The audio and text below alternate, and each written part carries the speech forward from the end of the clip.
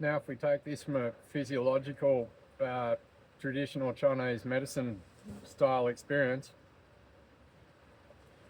all organs below the heart are affected by trauma. From the root chakra to the sacral chakra, the root chakra is all about grounding. Sacral chakra is all about your creativity. And the solar plexus is about your protection, and all these lead from basically the negative of earth pole to the positive of the crown chakra pole. Trauma will prevent people from ascending in the chakras, and it can even cause retro spiral of the chakras, which causes a lot of polarity in people also. Funnily enough, the kidneys are all about power, and as we know, they're straight under your lungs, which is all about grief. And the adrenals are the little jelly beans that sit under that, which are basically the stemming of your power. They are the regulator of power and the regulator of fear. So when the adrenals are dysregulated, people are more easily triggered, as there's a chemical imbalance going on of emotion, of unprocessed emotion, and the body's dysregulation in trying to prevent information from being discerned and perceived as anything else than a threat.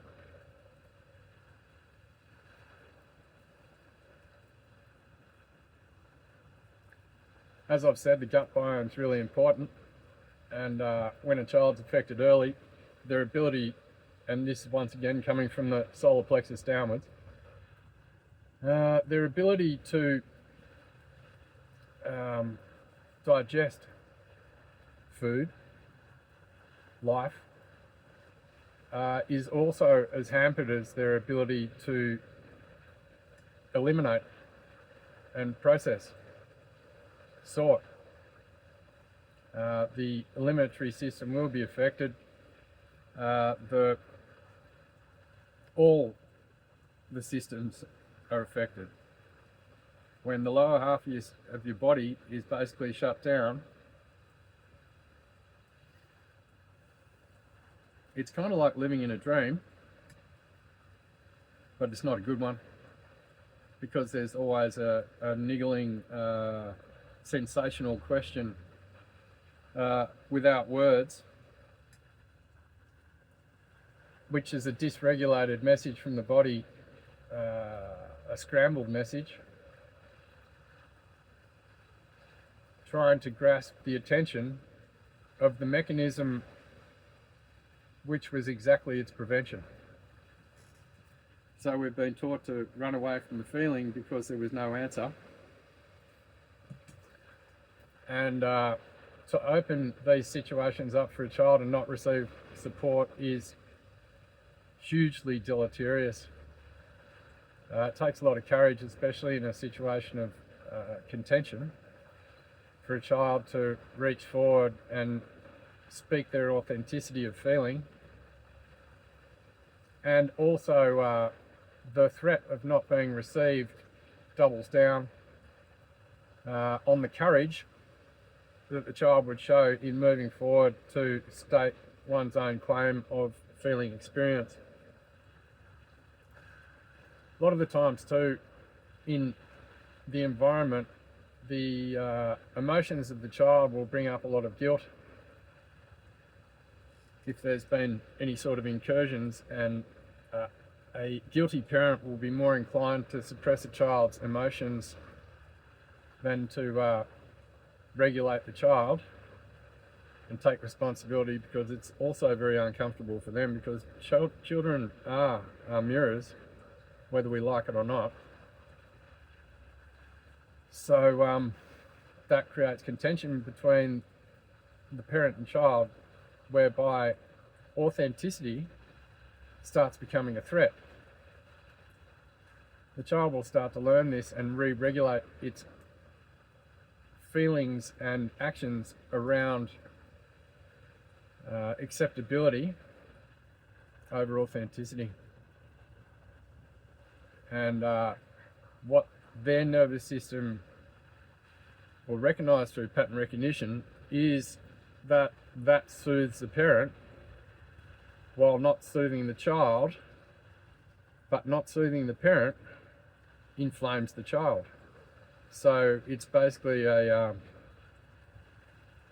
it's a damned if you do and damned if you don't situation for an infantile mind to enlighten pretty fortified parents who are pretty sure they believe they know what they're doing, even if they haven't really accessed their own deep emotional work and are triggered by a child's ability to access these deeper realities and the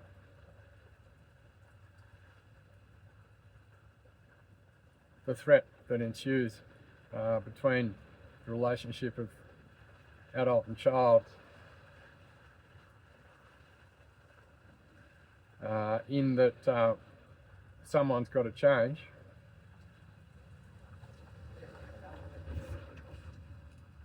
for the behaviour to change, and more often than not, as the adult is the disciplinarian, it will be the child. And this is how we get this hereditary behaviour going on in humanity, is that it's almost like controlled opposition in a way, because you're facing a lineage of believing what's right while not questioning what the actual deeper motives are and where convenience comes into it too. As an adult's same behaviour may be just to try to dissociate and avoid the situation at hand, which may just be another trigger for the child to pattern recognise and start to fundamentally do the same thing.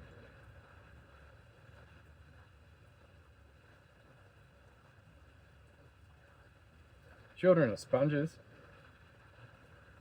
They'll absorb whatever is in their environment as education.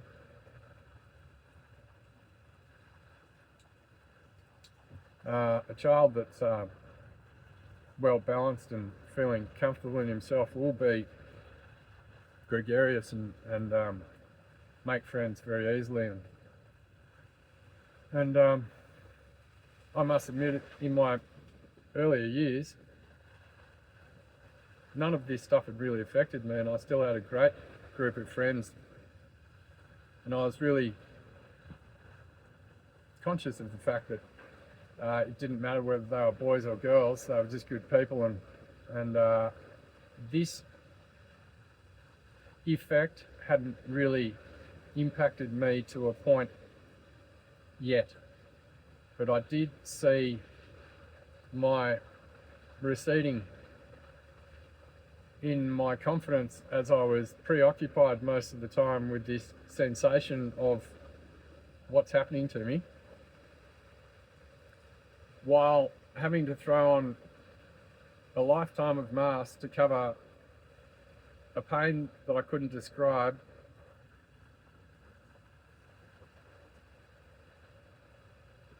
and because of the mechanism. And funnily enough, it's been 50 years of this mechanism for me to come to this point and speak about this. And I'm not a silly man, and I can tell you, trauma-based programming is one of the hardest things you'll ever get over, because you have to revisit the scene of the crime, and then once detached from that situation, you have to find out who you are, as I said, while basically accepting that everything you've learnt has been a lie. Most things people have taught me have been completely incorrect. And so the hangover of this experience is to recognize how it's augmented my experience, my outlook, and my ability to receive and share with people. Due to the mechanism that saved me as a child, choking me out now, as I've only just come back to a point of understanding what the material was, and there's a thawing process after that too. One feels quite awkward when one knows it was very difficult to be authentic because memory prevented it, and then to be authentic in and around these sort of subjects is very confronting, not just for me but for other people, because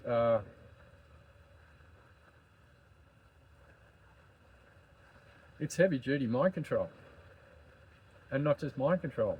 It's I have had what seems to me now, in hindsight, I've had a gag placed on me for 55 years.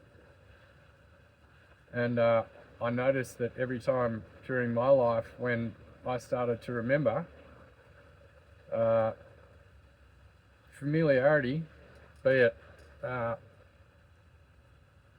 environmental or behavioural, sabotaged my evolution. And once again, this is just a repeat of trying to tell the truth, being young, and either not being met, being shut down, or basically having one's reality denied as a lesser being or experience.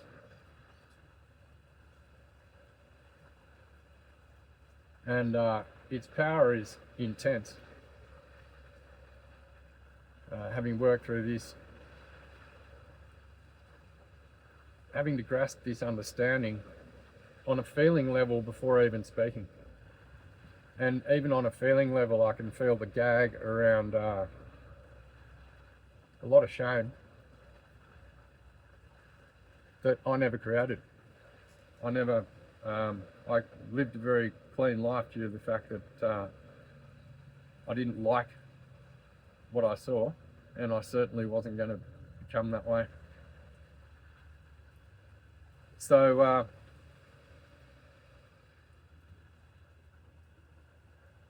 once again, with the cortisol and adrenaline situation, with this gag stuff, speaking out is another surge of cortisol and adrenaline, as this was the threat to the baby, to the child, and breaking this precedent would open one up to the earlier experiences of why you never did. So it takes a lot of reflection, and it's a very slow process of compassion, self-compassion, while feeling yourself falling apart to a certain degree, but the you that's falling apart was never real anyway, which leaves you a little bit breathless, a little bit wordless. And it's left me with a completely different appreciation of humanity, to be honest with you. Having missed out on all the things that people take for granted, as my eyes have opened again, as I broke the amnesia, I'm able to appreciate without wanting to possess. And it's been such an awesome feeling for me to sit in appreciation of feelings that I've never had before, without needing to act or to make motion towards anything, but just to sit in my own feeling and appreciate the change that happens within, and what a beautiful light it brings into me, knowing that my perception has finally changed through my courage to go back into the hole, into the void, and sit with myself for a very long time, to the exclusion of people to the greatest degree, because I knew the programming was so strong that being around people too much was going to instigate my safety system again and have me talking around and being shallow for the sake of not being able to make words for my existence, my experience, and what's really happened to me. So it's been a ride, and having to surrender and sit and reflect, and having no real goal other than that, having known that, having accepted 5 years ago that this was an amnesia that was preventing me from living a full life, and essentially to train me. In the end, I'd been so exposed to narcissism and the dark triad that even though I was very resistant to the concept, I was very susceptible in real life. I was still seeking or seeing love in narcissism, as that's all I was taught. So it was time to bench myself and to learn self-love and self-regard and self-respect, and to basically start again. To start again by learning where my body didn't work, and where I had no concept of how my body didn't work all my life because I'd been numb, and how much pain I'd carried physically, and learning how to grieve, learning how to cry, re-owning my healthy anger, also the recognition that anything that goes on in my head that is negative probably isn't me. So I shouldn't take it personally unless there's a lesson in it. I think people have had their boundaries so smashed, not all, but little things get in unprocessed around people's unsolicited advice, or chips, or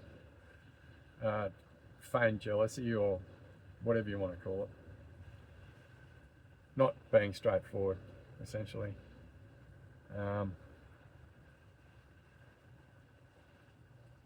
Yeah. And if we don't have a strong sense of self, our subconscious will listen to those things, and one thing my family's taught me, having had obviously a very, very low opinion of me since birth,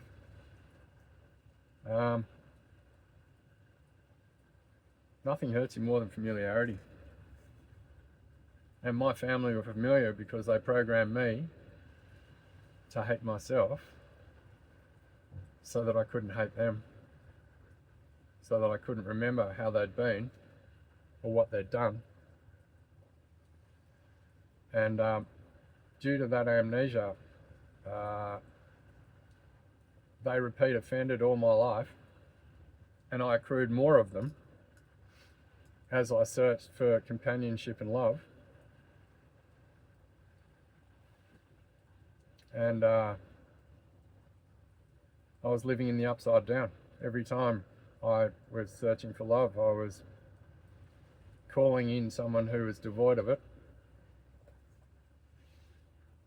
And it was very frightening, to be honest with you.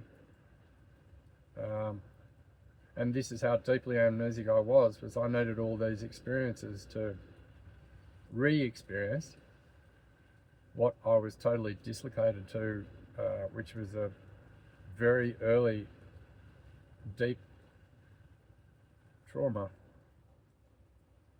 which had been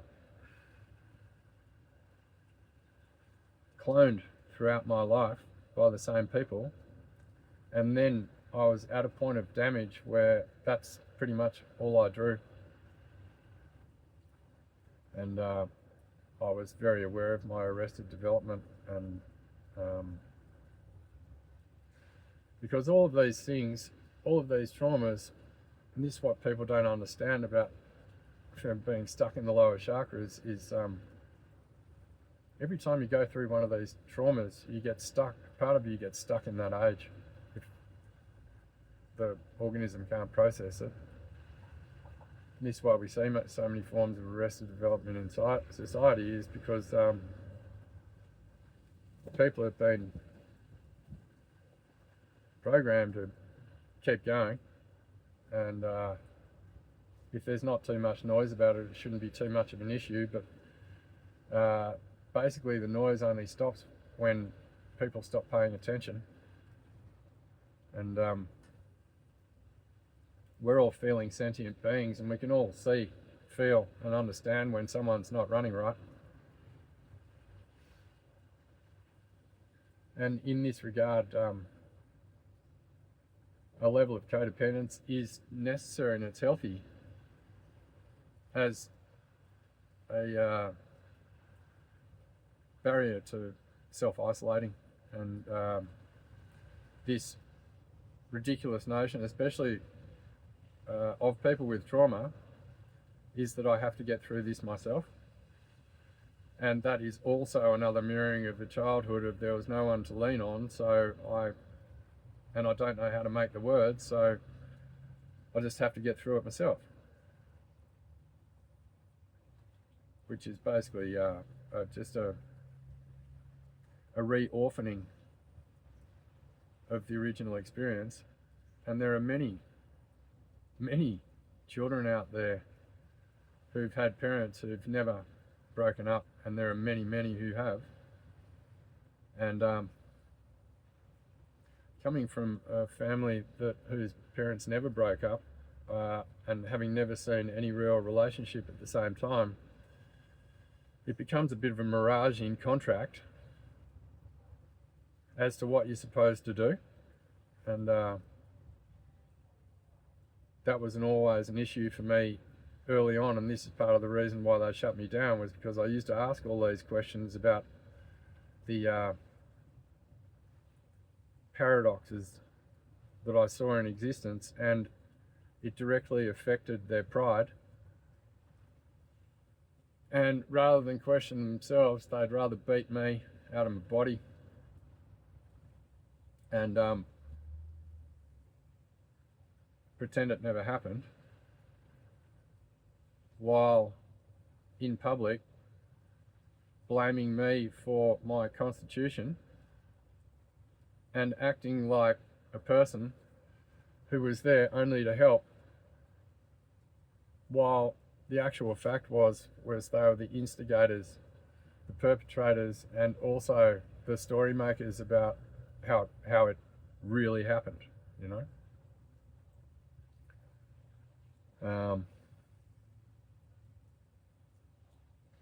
Speaking your truth is a very courageous act, and it's not just a matter of speaking your truth. There's a damn good reason why it was locked away for a lot of people, and it's not just a decision you make, because speaking personally, in taking responsibility for my lineage and other lineages who've chosen to act in disaccord in regards to minors in all ways, there is a bodily response of terror in me before I have to move forward, as I have to re-experience why I couldn't speak about this, and then I have to confront around 20 people individually with full knowledge that they're all going to lie. With full knowledge that I've already been smear campaigned and character assassinated all my life due to the fact that they didn't want me to get my memory back or have any support.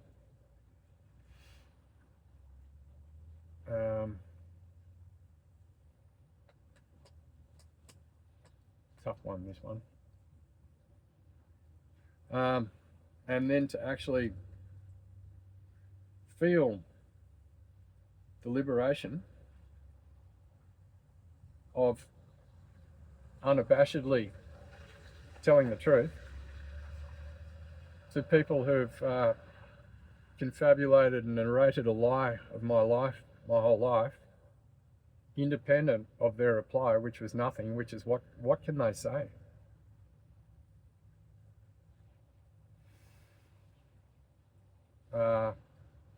Was a psycho-spiritual liberation for me. It doesn't need to be a great fanfare or anything like this. It's the quiet work, because it's very delicate work, and it's for me, it's the deepest work I'll ever do, and I'm actually at a point now where I'm able to question my own security system and how I'm now preventing my own growth through the cortisol adreno 50-year war. And I feel like a 3-year-old coming back to kindergarten to make friends again. I really do. There's a part of me in that. And I feel very innocent and naive, and also very wise and very protected. And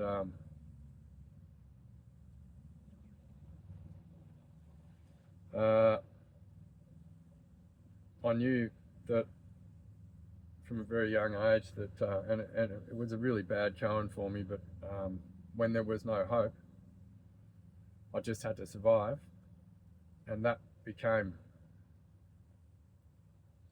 a life statement for me for much longer than I anticipated. But I could never get to the extent of what was preventing me until I got to the extent of the memory, which was to feel the fear of the terror I'd carried around all my life while masking it to people.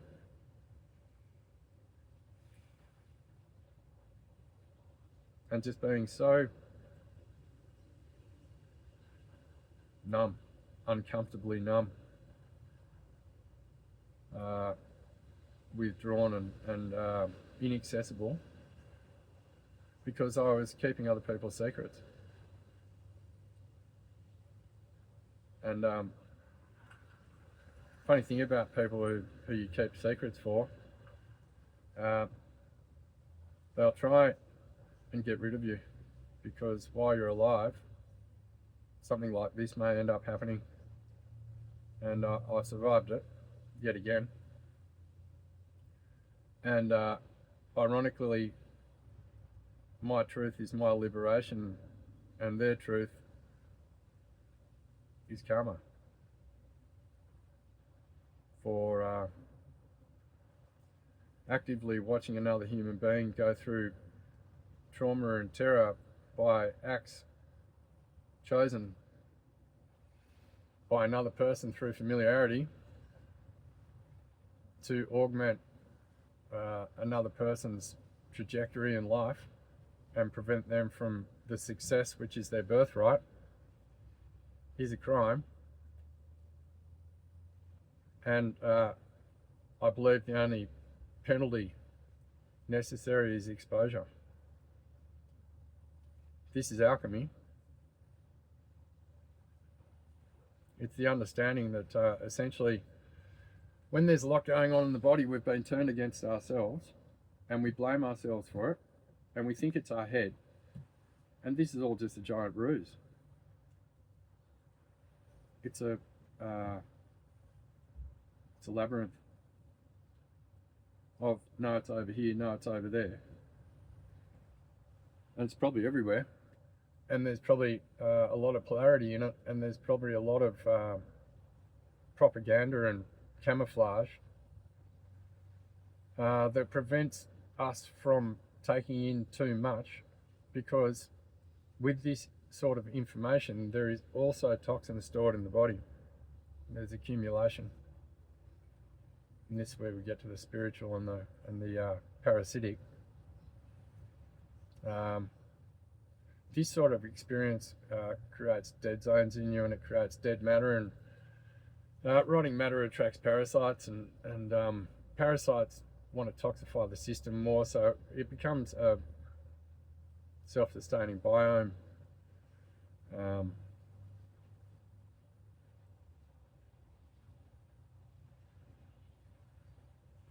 When we were little, whenever we had a problem, we felt it in our tummy.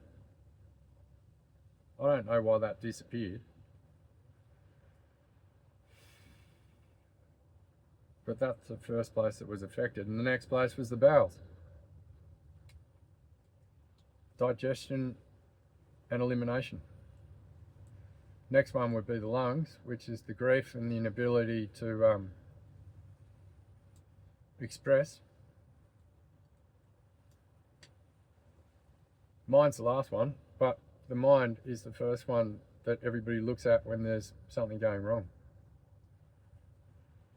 And I believe that on some level that's an accusation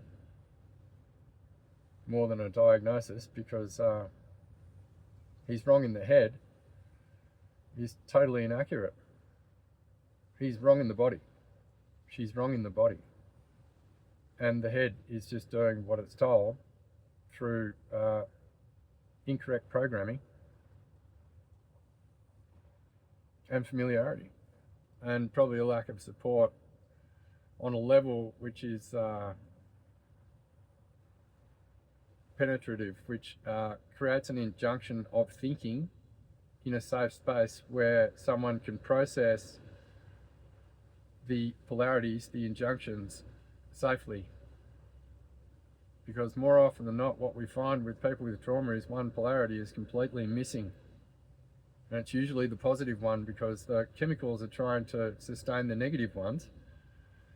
The environment's probably supporting it due to the inability to change the mind. And if you can't change your environment, it's very difficult to change your mind. And if you can't change your mind, it's very difficult to change your environment.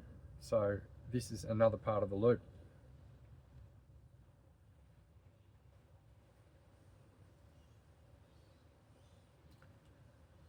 Yes, it's very deep and very tricky and very nuanced, and I've spent a lifetime in observation, partly disembodied, mainly disembodied, because I never landed in my lower 4 chakras ever. Though I had a lot more awareness when I was little, before the trauma, and it seems to me that the trauma is exactly what was enacted to prevent that awareness, as I've said, and I won't repeat myself. It's very hard to talk about this off the top of the head, but it's the only way I'm going to get my brain to work again properly and get my words together, because I've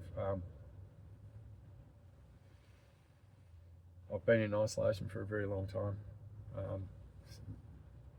Outer, yes, but inner, even when out, still self-regulating, still learning to be in the crowd and not of it,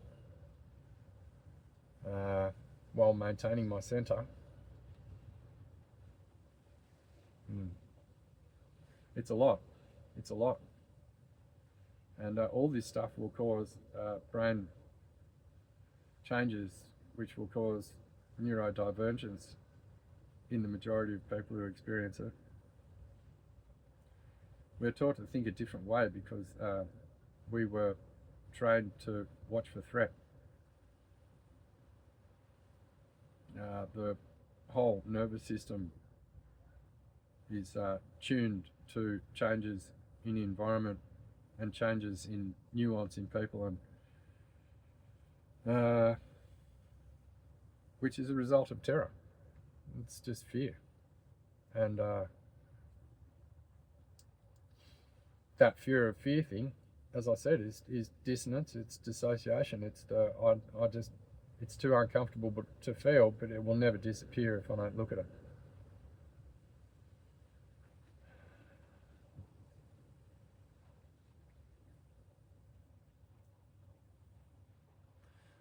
We're meant to work as one whole functioning being so that we can meet other whole functioning beings and expand that principle.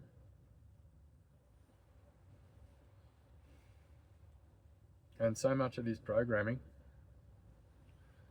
has become around acceptability over authenticity. And I'm guilty. I've seen myself. I'm rubbing my nose while I do it. I'm very guilty of this, and I've watched myself do it, and it's so automatic. And it's the camouflage, and it's the protection. It's the child protection of making sure that people really don't get to see you. And it's a lonely place to be when you know you've carried other people's shame, and it's been absolutely unspeakable, to the point where the body will, there'll be emotional responses to exposure, which also cancels out authenticity.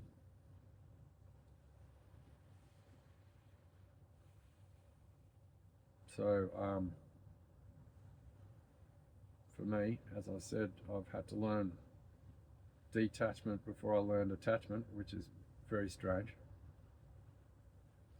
And also now, before I learn attachment, I have to learn attachment and detachment with myself. And that's another one that takes a lot of time. Ego is a very sneaky one. And as I've said, intelligence makes it even worse, because you end up with a more slippery ego. Not that I am dishonest, but lack of truth is a lack of honesty, and telling the truth in this situation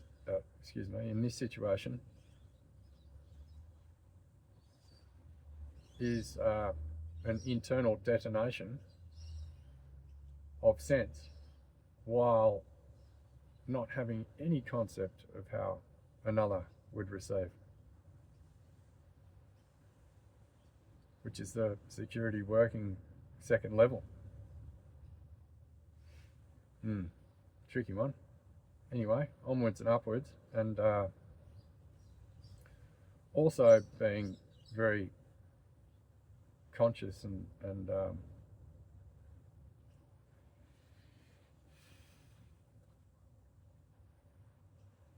being respectful of a little child who never got to be a little child,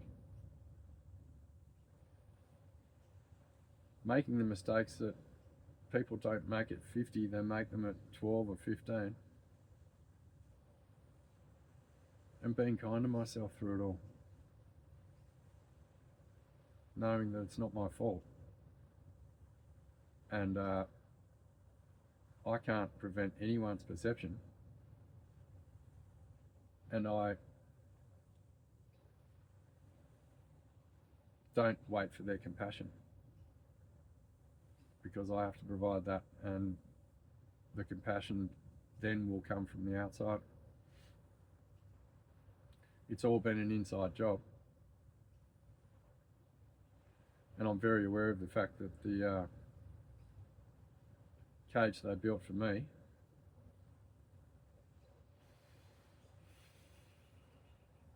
was the one I could never see, and the door was always open.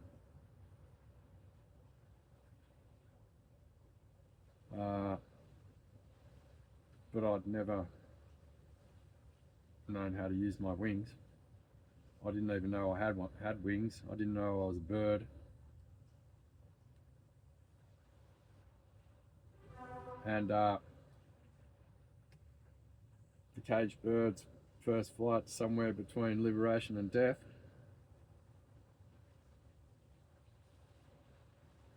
As one's been fed and watered in the penitentiary all day, every day, and has never learnt to forage. And to the psyche, to the ego, this is very touch and go. And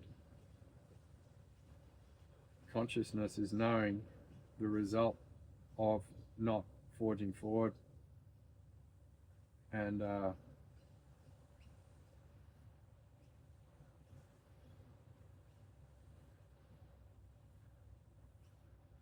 being compassionate to all of the ages that I am in this expansion and evolution into my authenticity, and away from this construct that I also created to save myself from a pernicious environment, and also to protect my authenticity. And paradoxically, I'm going to stop soon because I'm starting to mumble. Smothering my authenticity, smothering my love, smothering my intention with regret and shame, which is so palpable that speaking about it here and now is easy to talk about, but in that moment there's a lot going on, and I'm prepared to sit with that until my ego understands that it's now safe to come out, and that it's over now. 50 years, a long time to be in a war that I never started. I've lost all the people I've loved, being two people that I created, and I've also lost all the people that I never loved, who convinced me of what love was, and that's why I've been so phobic of it, because I've had to work out what they taught me and what my definition of all these things are now as a sovereign and independent being out of the cage, learning to fly. And I think that's a good point to end. Love you all. Trust you well. Take care.